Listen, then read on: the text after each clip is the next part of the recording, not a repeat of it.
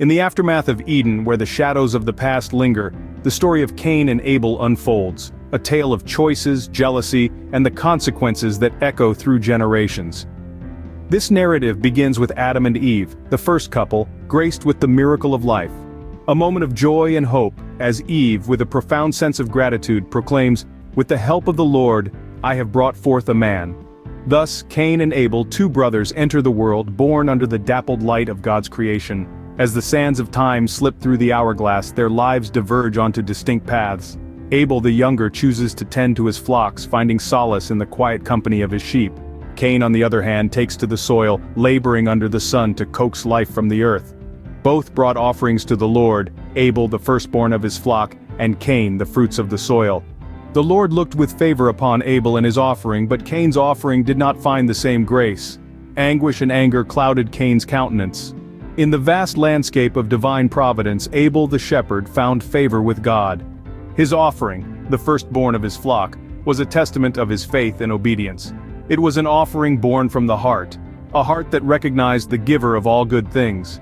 Abel's offering was accepted, not merely for its substance, but for the spirit in which it was given. On the other side of the spectrum, Cain, the tiller of the ground, brought forth an offering as well. The fruits of his labor, the yield of the soil, were laid before the Lord. Yet, unlike Abel's, Cain's offering did not find favor in God's sight. It wasn't the offering itself that was in question, but the heart from which it emerged. The rejection of his offering stirred a storm within Cain. A tempest of jealousy and anger began to brew, darkening his countenance. He felt overlooked, perhaps even slighted, his efforts seemingly unappreciated. The seeds of resentment began to sprout, threatening to choke the goodness within him. But God, in his infinite wisdom, reached out to Cain, offering counsel and a warning. He said, "Why are you angry? If you do what is right, will you not be accepted? But if you do not, sin is crouching at your door. It desires to have you, but you must rule over it." These words were a beacon, a guidepost for Cain. God, in his mercy, was not only acknowledging Cain's feelings, but also reminding him of the consequences of his choices. He was pointing out the lurking danger of sin, ready to pounce at a moment's vulnerability, while simultaneously empowering Cain to master it. Despite this divine counsel, the seeds of resentment within Cain continued to grow, eventually giving birth to an act of unthinkable violence. In a field, the tension erupted. Cain, consumed by jealousy, attacked and killed his brother Abel. The story of Cain and Abel takes a tragic turn, painting a poignant picture of the destructive power of unchecked emotions and the devastating consequences of our choices. God, aware of the tragedy, questioned Cain about Abel's whereabouts. Our story resumes with a somber air, as God, in his all-seeing wisdom, approached Cain.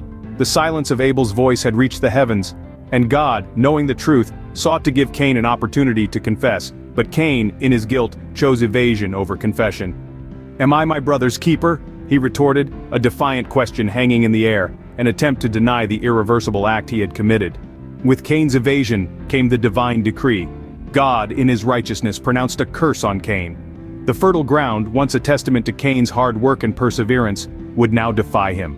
The soil, stained by Abel's innocent blood, would no longer yield its fruits for Cain. He was condemned to a life of ceaseless wandering, a nomadic existence that echoed his internal unrest. Yet, even in his anger, God's merciful nature shone through. Cain, overwhelmed by the weight of his actions, pleaded for mercy. "My punishment is more than I can bear," he cried. His voice, once defiant, now carried a tone of despair and regret. God, in his infinite mercy, heeded Cain's plea.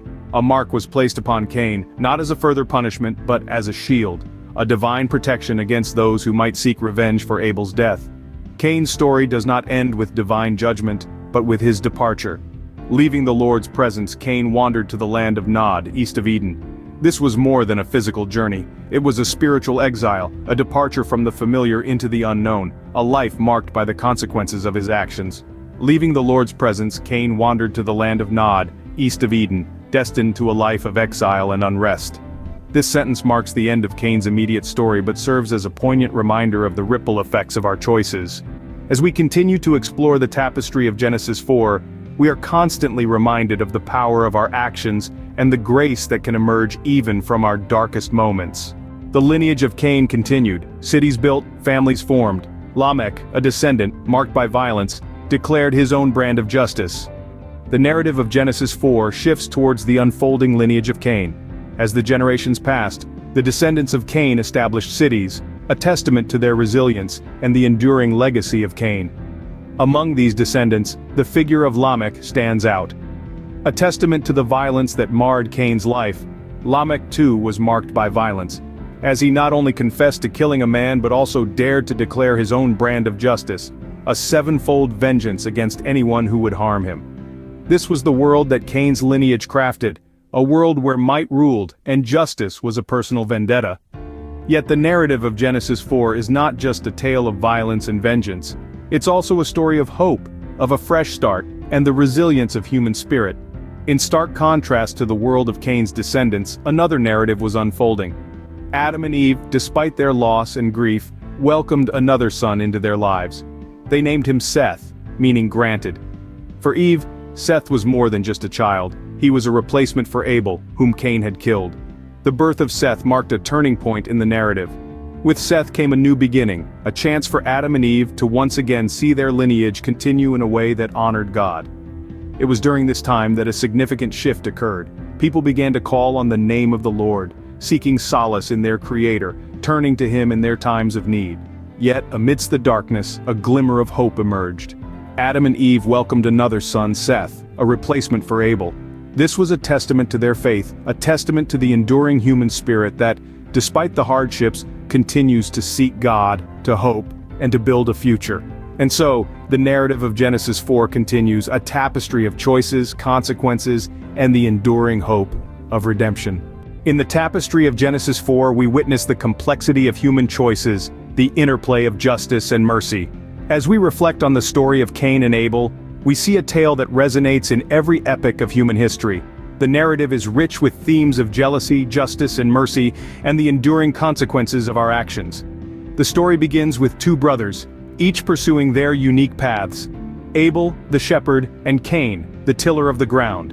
They stand as symbols of humanity's diverse paths and the choices we make in our lives. Yet, it's the moment of God's favor upon Abel's offering that the plot thickens.